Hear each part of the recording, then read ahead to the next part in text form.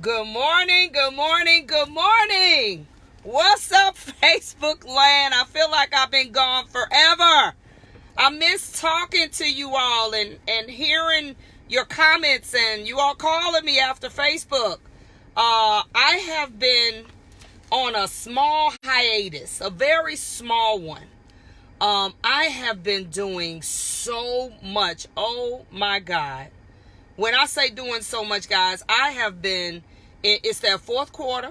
You know how that fourth quarter is, right? I've been in that fourth quarter and I have been on my grind to the point where every morning 9 o'clock goes by. I don't even know 9 o'clock has went.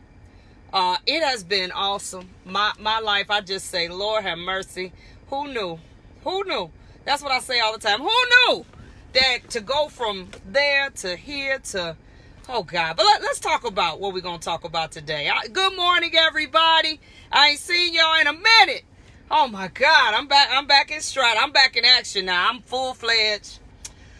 You know, I coach people. And I think, or I know, as much as I have helped them, they have definitely helped me. Oh my God. I mean, I cannot explain. I see some names on here. Big ups to everybody that came to the Salon Owners Conference. Send a shout out. Woo! Tell everybody how much you loved it. It was awesome, guys. Let me go back for a minute before we talk about today. I had a Salon Owners Conference November 3rd and 4th. And it was a conference that was really, I call it a passion project. It was a conference that oh my God, I've been wanting to do it for a real long time, like a real long time. But I'm gonna tell you guys, it was a faith move, because you know it ain't cheap to do this stuff at these hotels. It costs now. It costs real money. And so when you put yourself out there, it doesn't work that you get your money then you pay the hotel. That's not how it works. It actually works where you got to pay them jokers way ahead of time, and then you gotta pray and really believe that you're going to get your money. So it was, and I had already done a conference where I had lost 40 grand. So, you know, I was nervous, y'all. I was real nervous because I was like, Lord have mercy. How I'm going to get these jokers to pay this kind of money and come to this conference and ain't nobody doing no hair. That was the thing. Wasn't no hair being done. So it's like, oh my God, you know how we are. Ain't no hair being done. We become disinterested. So needless to say, it was an awesome success. I've already signed up quite a few people for next year. I'm gonna talk about that. If you all want more information, those that don't already know, hit me up on my 800 number. It comes directly to my phone, 800-580-8074. If you want to get your business, not your business, your business right, you want to get it right, you need to be at the conference. We had 9 speakers at this one. We have 16. Y'all, I had people calling me like, can I speak? I said, wow. So I had to kind of decipher through, because I'm real particular about who I put over my children to make sure they deliver what I believe in to them, just in a vast scale, because I ain't in every lane. I stay in my lane with what I do. So I got some real good stuff. You all want to get in it? Again, text me 800-580-8074. But let's get back to what I was talking about, because I'm going to be talking about the conference a lot as we progress through the end of this year.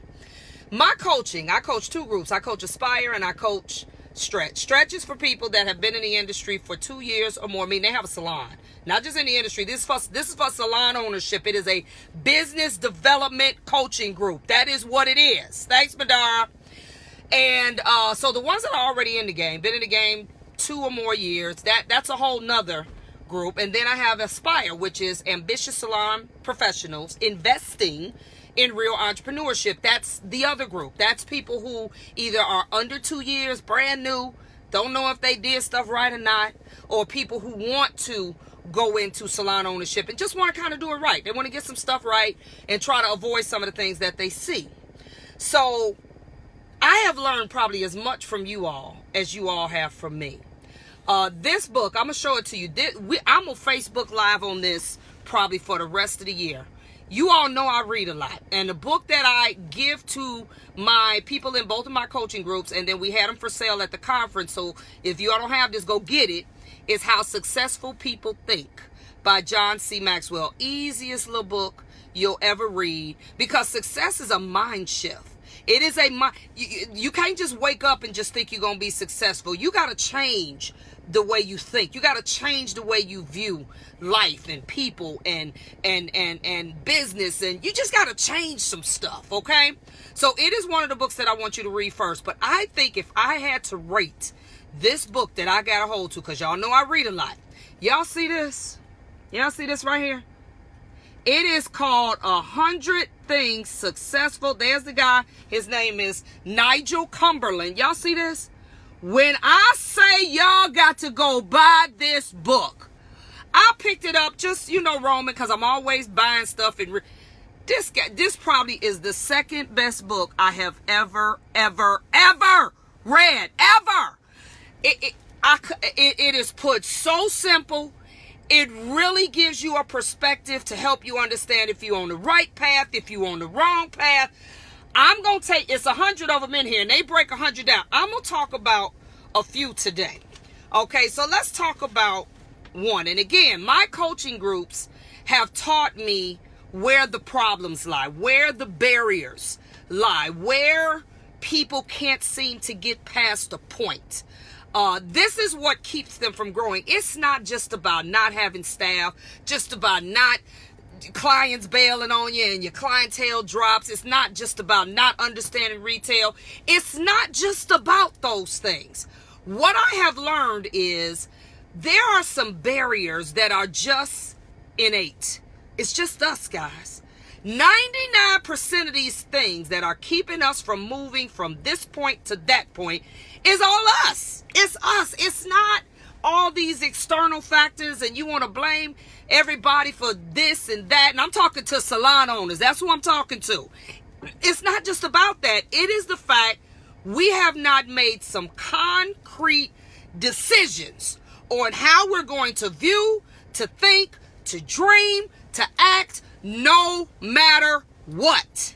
Who is that says that? I think that's Lisa Nichols that uses that. I don't know if she's coined that phrase, but I know she uses it for a lot of her things. She said, you got to get to the point that your passion and your dreams and the things that you want to do are so strong and they are so non-negotiable that you do it no matter what.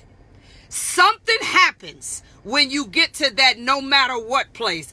Look, I'm going to use me. I'm going to break it down before I go into maybe the first 5 of them.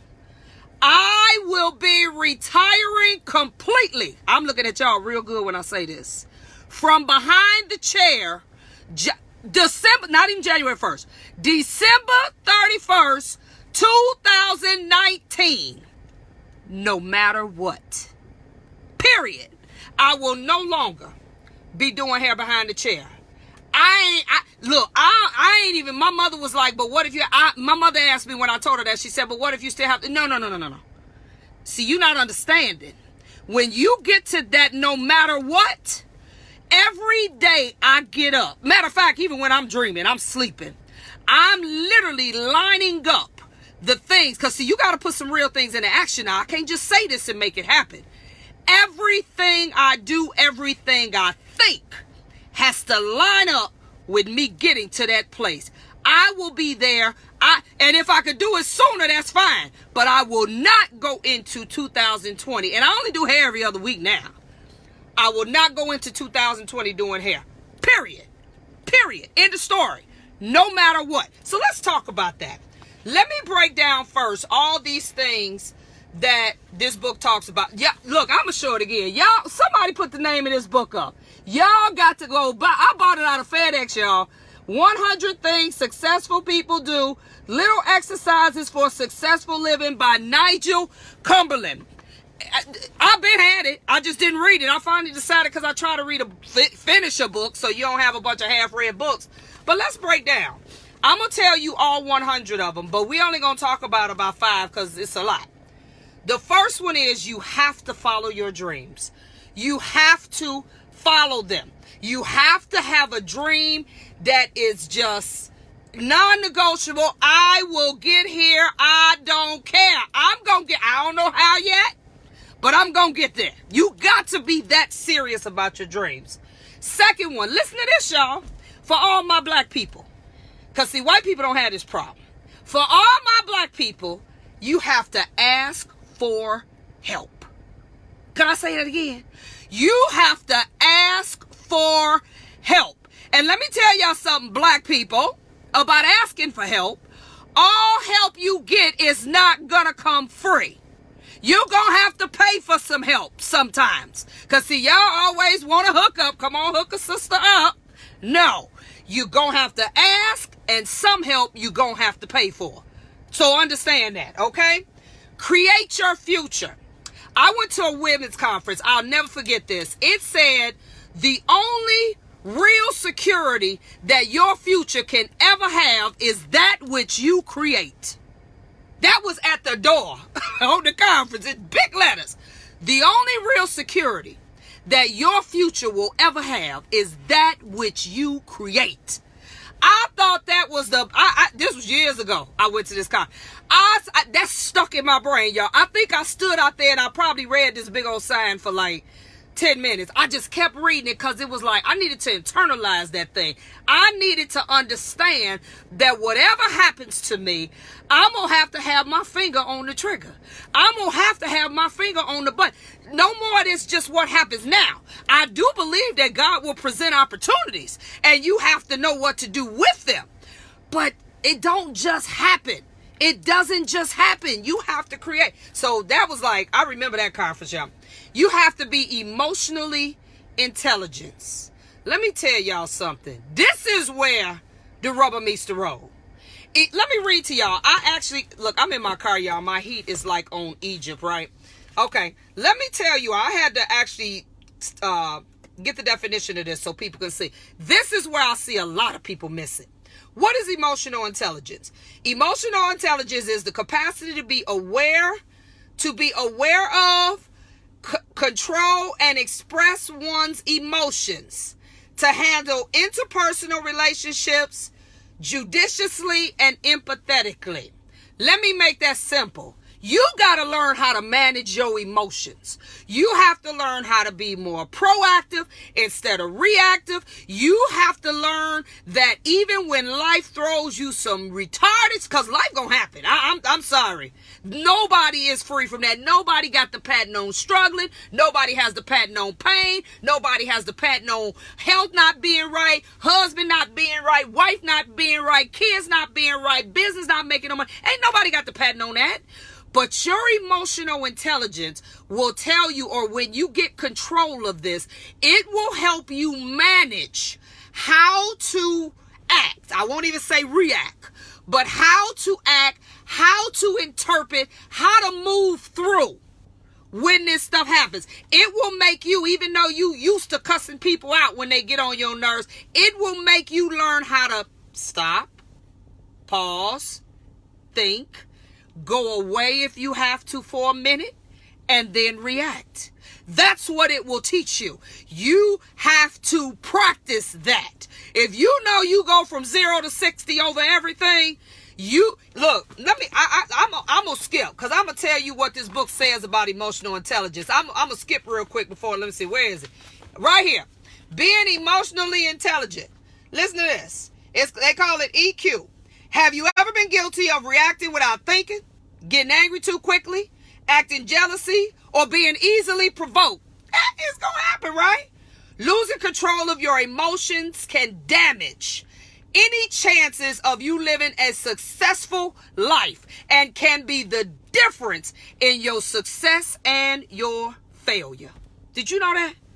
You want to be a hothead? You want to jump off the handle and think you're going to talk to people any kind of way? You're not going to make it. We have to learn how to become more self-aware. You have to learn yourself so you know what your triggers are.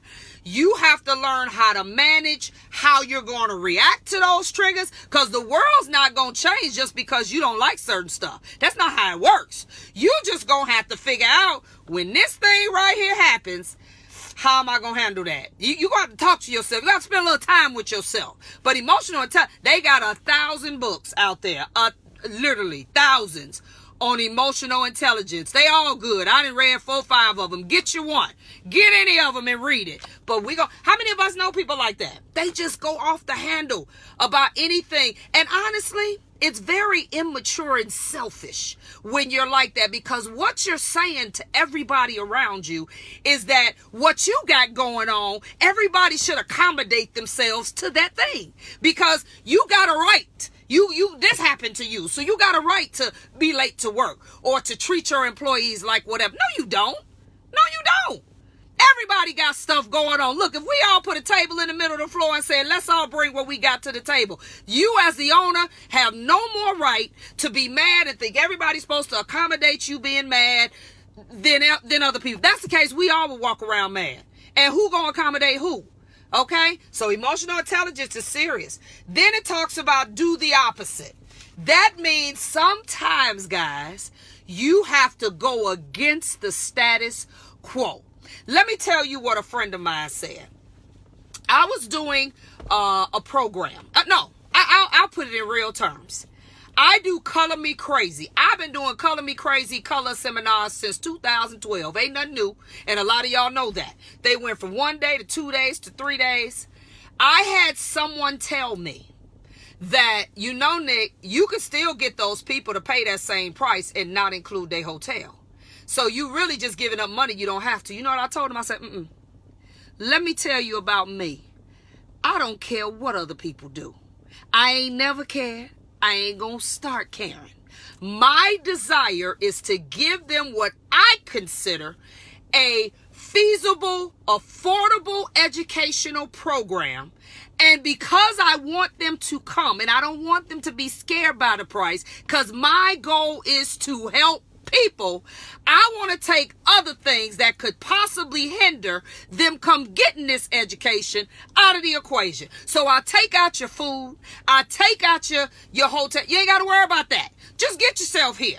And I'm going to keep doing that.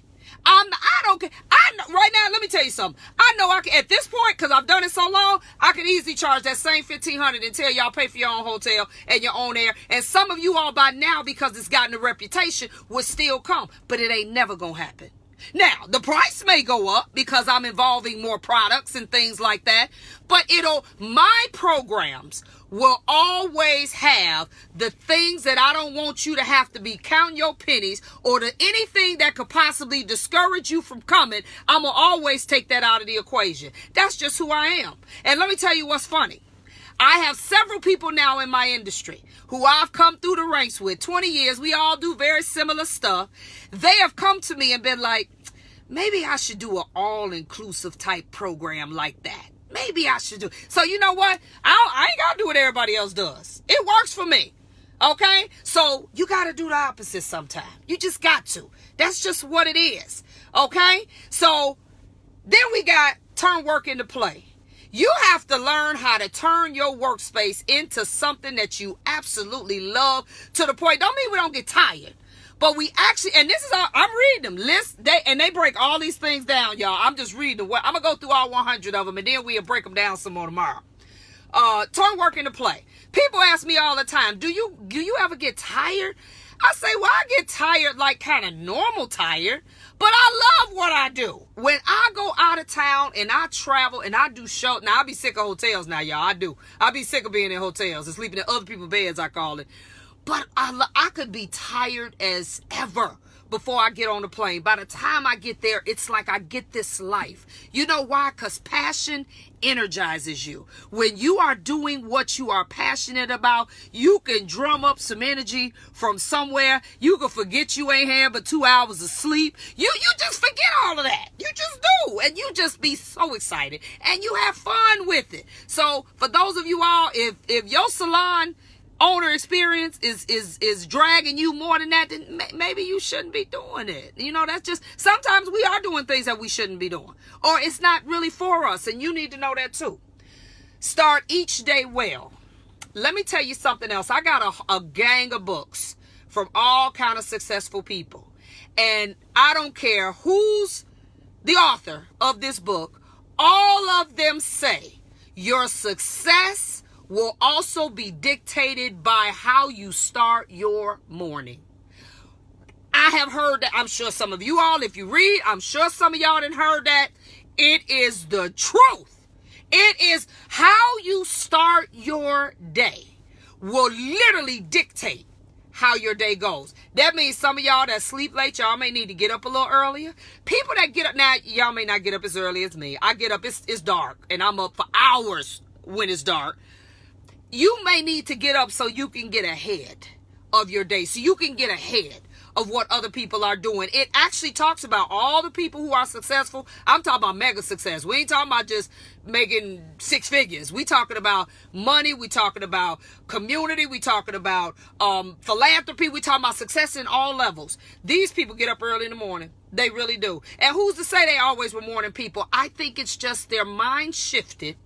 And you have to get to the point, whether you have kids or not, whether you have husband, spouses or not, whatever it is that you got in your life, the morning is quiet, it's still. Now, like I said, I get up at 3 or 4. I'm not saying you got to get up that early. But if your day starts, say, at 9, you might want to get up at about 6 or 7. I believe everybody should get up at least 2 hours before their day starts. At least 2 hours. Now, if you have to drive an hour and a half to work, then you may need to get up earlier than that. But you need to get up, and I believe that, and I've read that before. You need to get up 2 hours before your day starts, because if you don't, you rush it. And when you rush, typically people become real poor time managers. Kendra Ward, they become real poor time managers when they're rushing. So 2 hours gives you enough time to process, figure out what I need to do. Oh, okay, they ain't gonna be there. They didn't send me an email. They not there, so I need to shift some stuff. It gives you time to arrange your day or rearrange your day. It gives you time to pray, to eat, to meditate, whatever it is that you do in the morning. 2 hours, if you work out, you can work out in 30 minutes. It gives you time to do that, okay?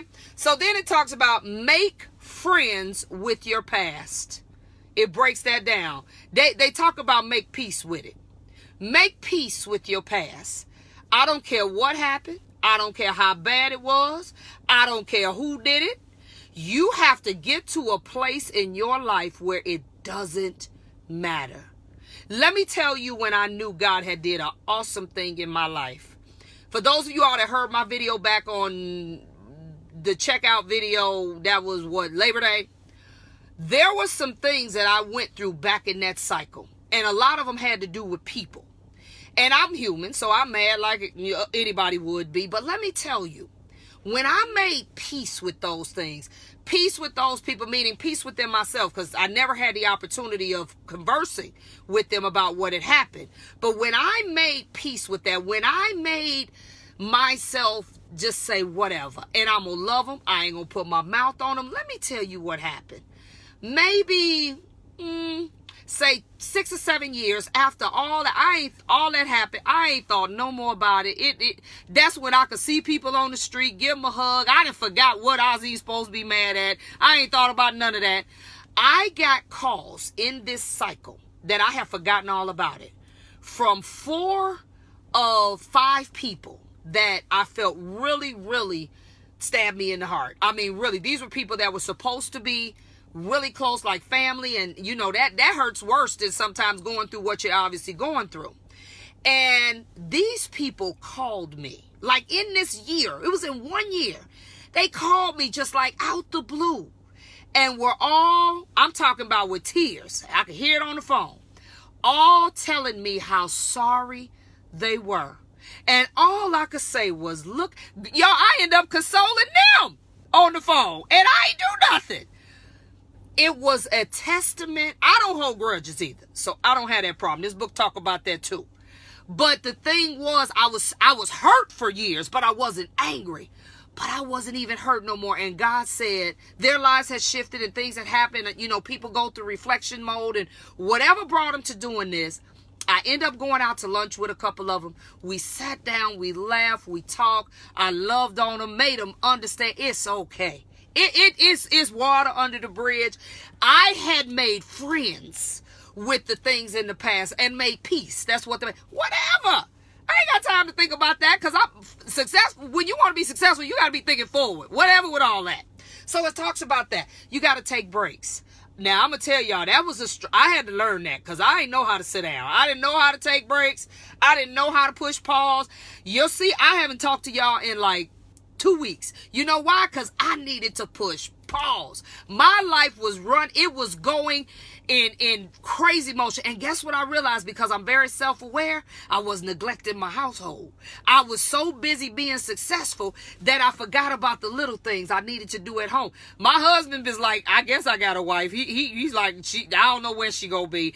And my mother, I'm an only child. I realized that it was necessary for me to redirect some of my time into being more conscious of the things that when I get old and I need somebody to take care of me and I need them people there that was there when I had nothing, I have to nurture those people too. I coached the whole world and I was neglecting them. So I had to push pause. I had to take a break.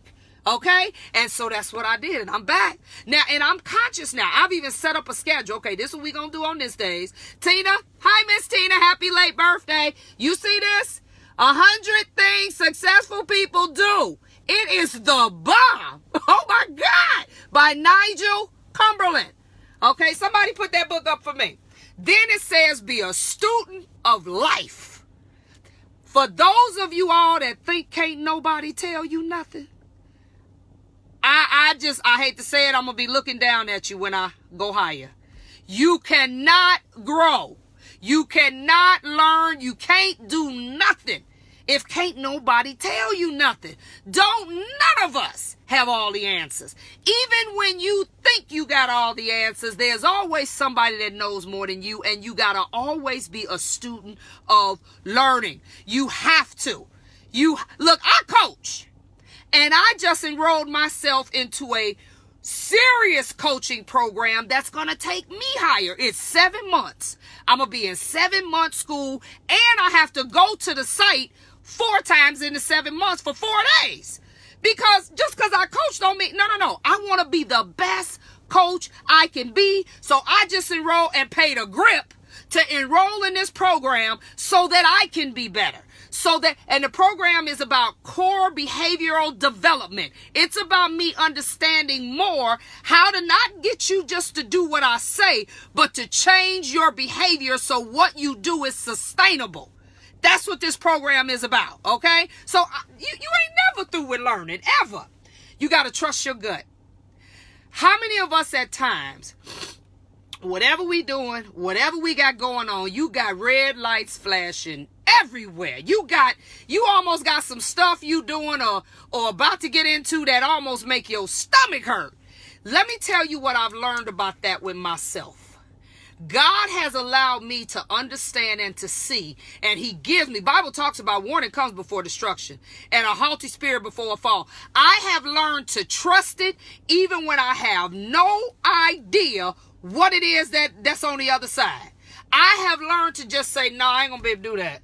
I don't even know why I ain't gonna be able to do it, but it ain't setting well with me. I don't need no proof. If I get that feeling, and all of us know what that feels like, if that feeling is that strong where it's like, don't do it, I ain't doing it. I've learned to trust my gut. No, I ain't going that direction. So you have to learn. T.D. Jakes has an excellent book it's called Instinct. I read it years ago. Y'all need to read it where he talks about that. And instinct and that gut is something you can't be taught. It's just innate. But you know. And don't want something so bad that you ignore that, because then you get yourself in a real crazy situation and then you be burned up. And then all you say is, I knew better. I knew it. Okay. Then it talks about banish your stress. Let me tell you something I have learned. Certain stresses that I do have control over, you can't reside here. You got to go. I'm like, you know what? No. People, things that we can control that are stressful, you need to banish them. You need to, I ain't going there. I ain't doing that. I ain't calling her. I ain't calling him. Matter of fact, I'm going to block their number. There are even family members, people that we did not choose, that stress us out to no end. Unless they live with you, you ain't got to go to every barbecue your family have. You ain't got to go to every program that you don't have. Look, my family knows me so well. They be like, okay, we just told you, but we know you weren't coming. I will be 50 years old. I am not sitting somewhere around. If I ain't got to, I ain't sitting around negative people. I'm not sitting around people that talk about a bunch of nothing. I'm not sitting around a bunch of naysayers or people that have no vision. I'm not, let me plug my phone in, y'all. I'm about to die.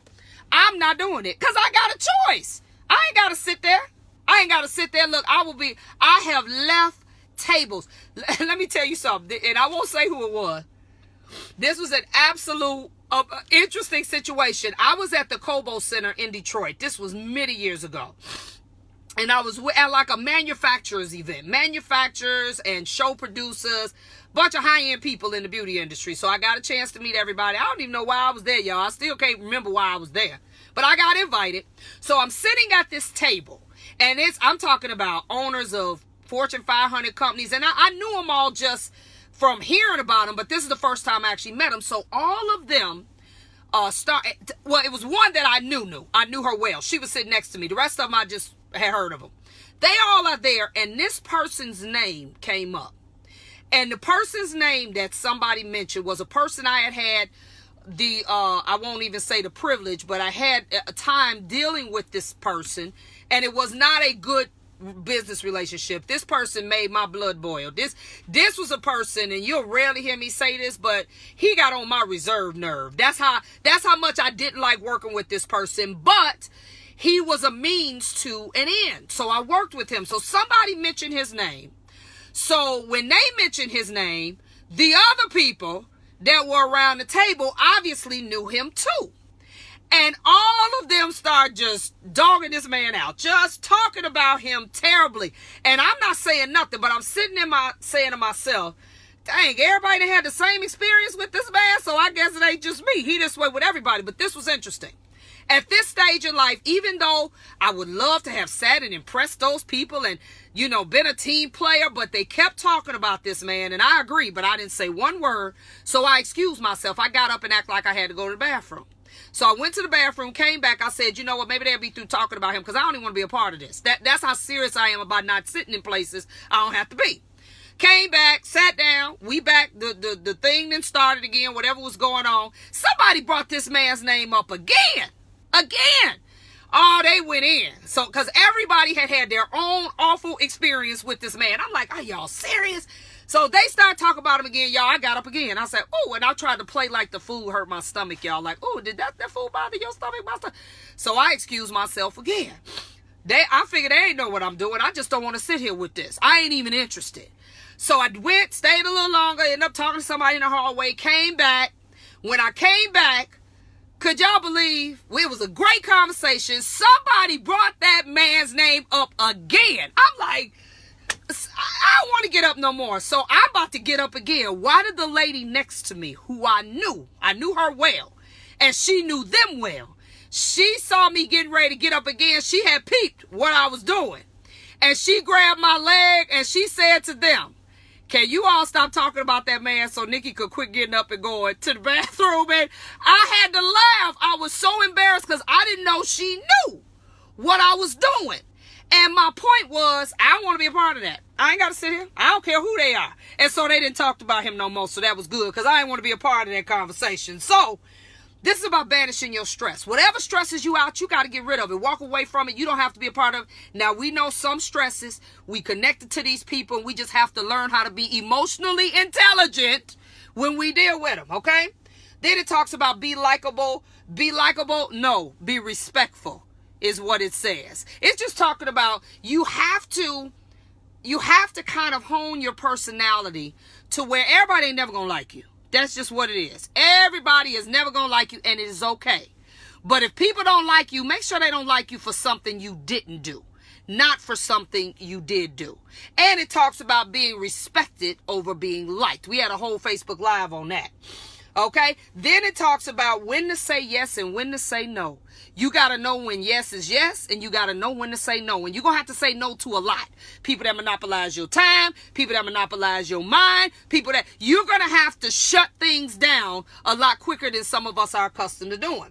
Volunteer your time. This is number 16. It talks about volunteering your time. You know what? Everything can't be about money. There are some things you have to do to help people, to help your community, to give back. You have to.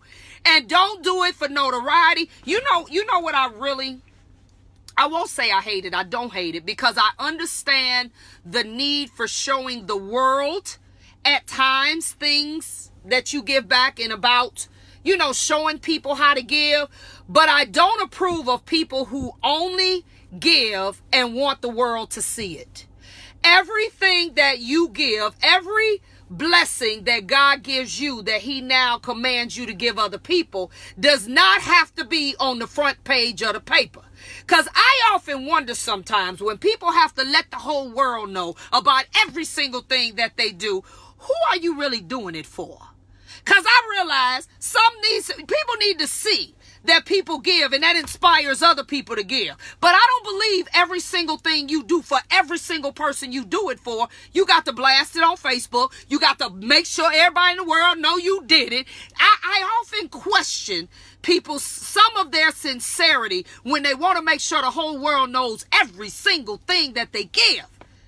Not everything. Some things, it is between you, that other person, or group of people, and God.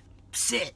It ain't even for nobody to know. So just question your motives now. When you give, everything is not given publicly. Not everything. But we got to give, okay? Focus on things that you can control. Let me tell you what I had to learn. I had to really learn how to delegate. It's still difficult for me sometimes. Delegating is the hardest thing in the world to learn to do. And I had to learn that let me focus on what I can control, and let other people do what AI ain't good at, and I have zero control over. Let them do it.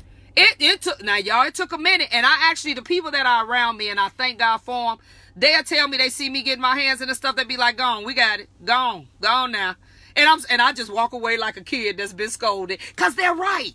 And I'm not even a control fiend. What I am is I'm a true servant. I like to serve. If I tell you to get down there and plant flowers, I'm right down there with you. It's not about control. It's about I'm a participator. That's what it is. I'm that way if it's you. I'm the one that come to your house. And if I see you start cleaning up, I just chime in and start cleaning up. I'm that girl. I'm not the girl that sit around and just watch everybody do all the work. So it's difficult for me in both ways. Learning how to delegate and also focusing on the stuff I can control. Listen to this, y'all. 18. I ain't going to be able to read all these. It's 100 of these. Live within your means. Y'all see how close I'm getting to this phone? Y'all see? Live. Say it with me. Look, like I can hear y'all, right? Live within your means. Let me tell y'all what I'm bothered by. And I know I'm going to get some flack for this, but that's all right, because I could take it. I don't want no discounted Christian Louboutin shoes. You know why? Because if I'm living a Christian Louboutin lifestyle, I need to be able to pay for them what they cost. Now, I ain't talking about not getting a good sale. But I'm talking about all of us, because, see, I was there. I matured from that. I'm talking about all of us walking around here with red bottom shoes, and you don't have a red bottom lifestyle. That's what I'm talking about. I ain't got no problem with it. If your whole lifestyle says red bottom, then you do you. What I got a problem with is your car ain't red bottom, your bank account ain't red bottom, your house ain't red bottom.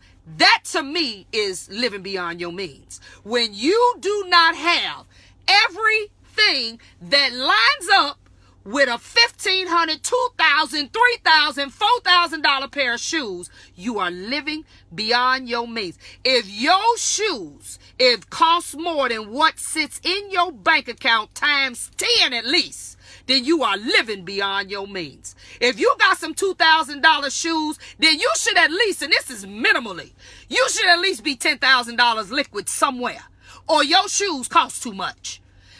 I know as black people, we are the greatest consumers of depreciable goods. Y'all, we look good, don't we? We look good. We got the baddest purses. We got the best, even car. You know, when people tell me somebody just bought a car and it's like, you know, I'm in G500 or something, you know, I don't care what it is.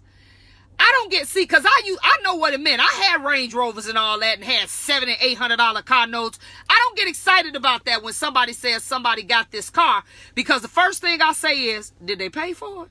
Or do they just have a car note? Which one? Because if you just got a car note and you got people, like I was crazy. What I need an $800 car note for?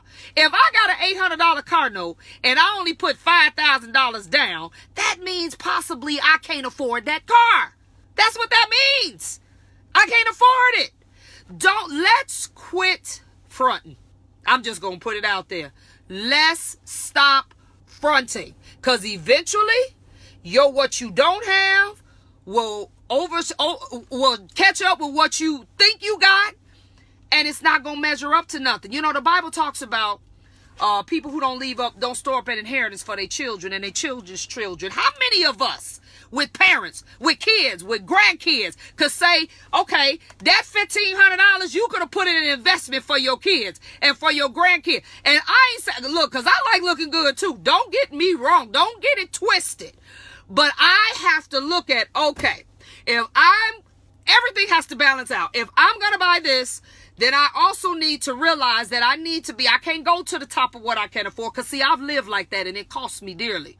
I'm going to fall somewhere right in the middle. I'm going to plan my spending. I'm not going to wait until, you know, I look at these, what is it? What's the app? They got an app out now where you can buy these purses, these designer bags that's normally $4,000, $5,000, $6,000 for half off. I like them too. But why am I walking around trying to look like I got a $5,000 bag and I really can't even afford a $5,000 bag? Let's change the way we think about money, about investing, about storing up stuff. I don't want to see nobody else looking sharp and written and not written by choice. Spend time and money getting your credit together. Spend time and money getting your money together. Let me tell you the greatest thing about when you start getting your money together and you stop living beyond your means. It is such a beautiful thing to know you can buy something, but you choose not to. It is beautiful. And hey, like I said, if you got it like that, do you. Buy it.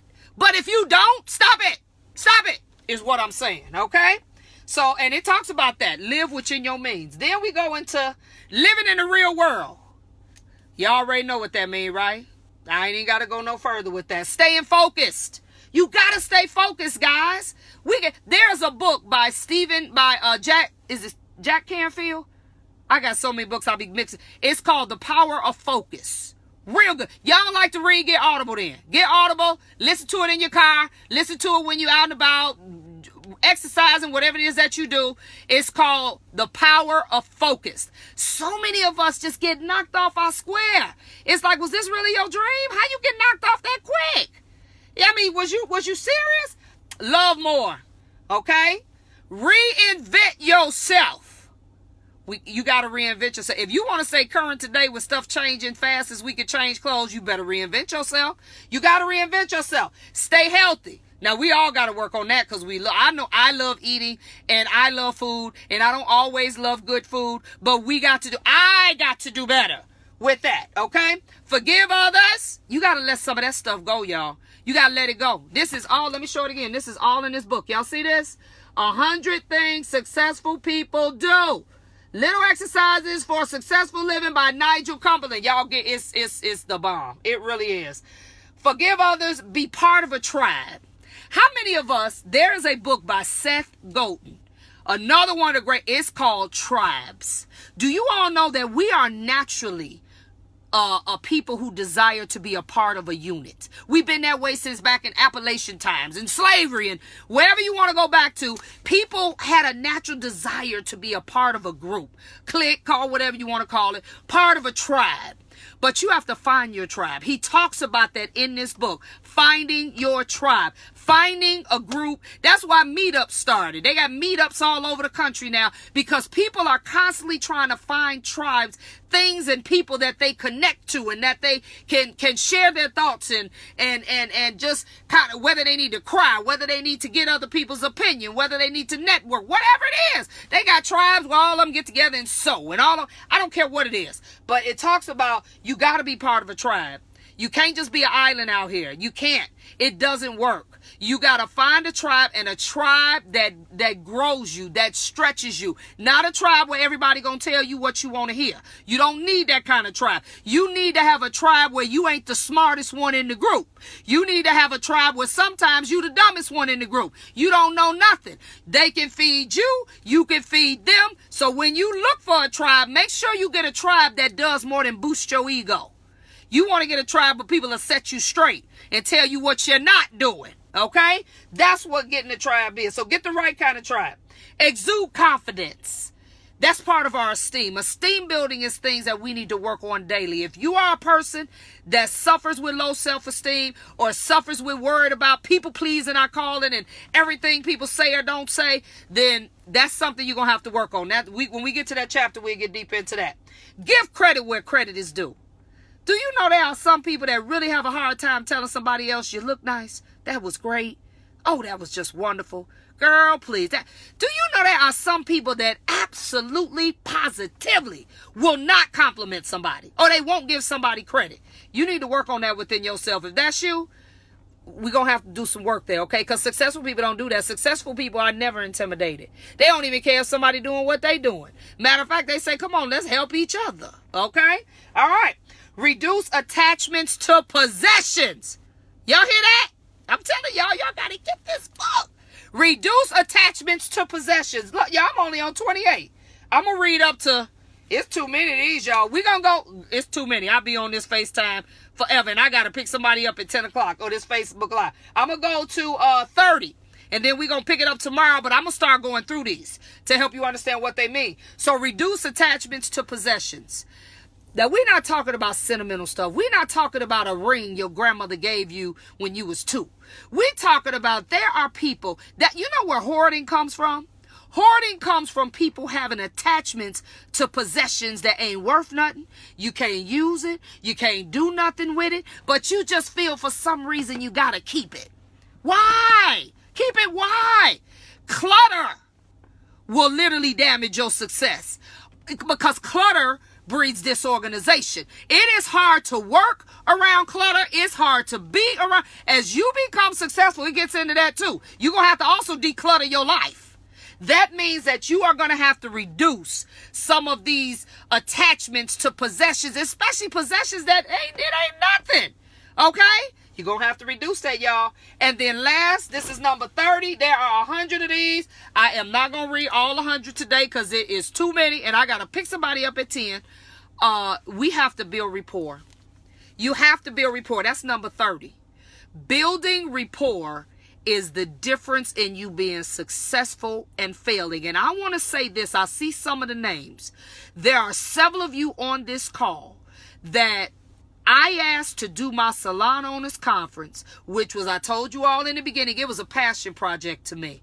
I had built enough rapport with you all that when I asked you, I got half the sentence out and y'all was like, done. I'll be there. Just tell me what day. Just tell me what time. Just tell me where I need to be, what airport I need to fly into. I understand now at this age in life how important relationships and building rapport, not only with people that can assist you, but people who value what you bring to the table. That is the difference in you succeeding and failing. And I want to thank every single one of y'all. I see some of y'all names in the comments for coming out to my Salon Owners Conference, making it an absolute unprecedented success. There is no other hair show like it. It ain't a hair show. It's about being a salon owner and getting your business together. Barber owners too. We have barbers there too. The next one, guys, is November 3rd through 5th. And actually, it's 3 days. We doing all day Sunday, all day Monday, and we doing half day Tuesday, and we also have special things going on Saturday that you can actually come to. I have the flyer online, but I have to get the registration up there. I just want to thank everybody. I can't even explain how many reports about how it changed the way they thought. How one girl opened her shop, she said she had never felt so prepared in her life, from not only getting coaching stuff from me, but also coming to the conference. And this is what it's about, guys. Talent ain't gonna sustain you. Talent ain't enough. I'm sorry for y'all that think y'all the baddest hairstylists out there. That's great, but it is not going to be the thing that sustains your career. It's not. So if you all are interested, I'll have the registration and stuff up tomorrow, where you can actually just go on and register from Facebook, from Knowledge by Nikki with 1K.com. You'll be able to register there. I just haven't gotten a chance to put it all up. So you all check it out. Again, if you want to get information directly to you, you can actually text me at 800-580-8074. And I'll send it right to you. And guess what, guys? I got a special. And I only have it going on for people who book and just put a deposit down before December 1st. You could put $99 down. You put it down before December 1st. Now, everybody ain't going to get these payment arrangements. After January, that's not what it's going to be. You won't have to make another payment until January. And you'll be charged $99 a month for 9 months. Your last payment will be in October. That is like $25 a week. And guess what, y'all? It includes your hotel, your breakfast, and your lunch. Y'all see that? I'm doing it like sandals, y'all. Like all inclusive. Okay? So, and it is in Chicago. So you got to come here. All you got to do is get your airfare. I want to see you there. You know, I sat back and I looked at this conference, and I looked at all the people who were just delighted in the information they had gotten, and I cried. Nobody's seen me, y'all. I sat in the corner and kind of cried on my own, because I want people to get it. I just want us to get it. I still love this industry 31 years later, but I love it more because I've evolved. I've reinvented myself. I've shifted. I've embraced how things are done now, and which was different than how I used to do it. I have changed how I view people, business. I've shifted constantly, and it is the thing that has changed my life. It has changed my life. It has changed my business. It has changed the way I relate to other people. I just thank God for it. I thank God for constantly allowing me to be willing to learn from mistakes and to apply what I learned and to be action oriented. And that's all I want you all to do. If you all are interested in my coaching groups, I'm going to explain to you the difference in coaching and mentoring, because you do need to understand that. You can also text me at that number, 800-580-8074. And let's talk about it. Let's get it cracking. But we're going to take this all to New Year's.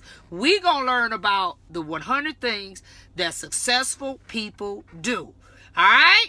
This is Knowledge by Nikki with 1K. Peace out. I'm done. I will definitely see you tomorrow. Okay? So you all text me if you're interested. Later.